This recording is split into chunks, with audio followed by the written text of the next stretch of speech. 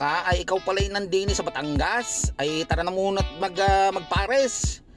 Kain ka dito sa may Alems Paresan. Ayan, Paresan Karinderya. Dito lang yan sa may Pinamukan Road, sa may bypass sa Batangas City. Oh, kita mo gayang tosinong iyan. Oh ha, sarap. May ham, may sinangag, itlog, ketchup. Oh, kasarap niyan. Bagay ba? Ayan, binigyan pa nila ako ng sabaw ng pares. Pangit yata yung ginagaya ko yung Batangas na Oh, ha?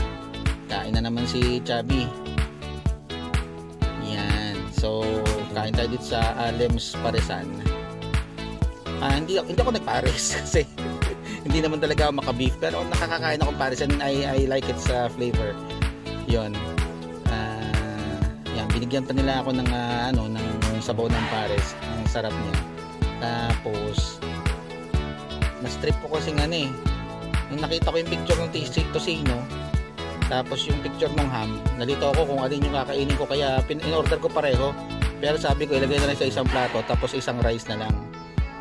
Yan, kaya ganyan yan. So that's just 180 yung dalawa ng dalawang meal na bali yan. Takaw lang ni Chubby no. So yun. When in Batangas or kaya kahit nasa iba kayong lugar, huwag tayong baka naman pare-parehas lang kinakainan natin, food chain. Kain tayo sa mga local na kainan nila para natitikman natin yung iba't ibang local cuisines. So ayan, sa Batangas hindi mauubusan dyan ng mga kainan sa mga tabing daan.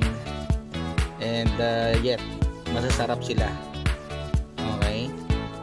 Medyo maingay pag may mga dumadaang sasakyan, may mga truck, pero kasama yun sa binabayarang view. And speaking of binabayaran, super mura naman siya. Diba? 180, dalawang meal na. Yan, nagdagdag na lang ako ng dyan ng 15 sa mineral. Diba?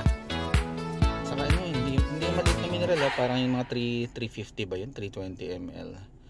Yan, may mga kasama na dyang garlic.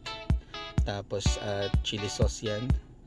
Lahat ng sausawan. Kasi mga Batanggenyo magagaling magsausawan yan. O diba? Napapapikit pat masarap daw. Ayos!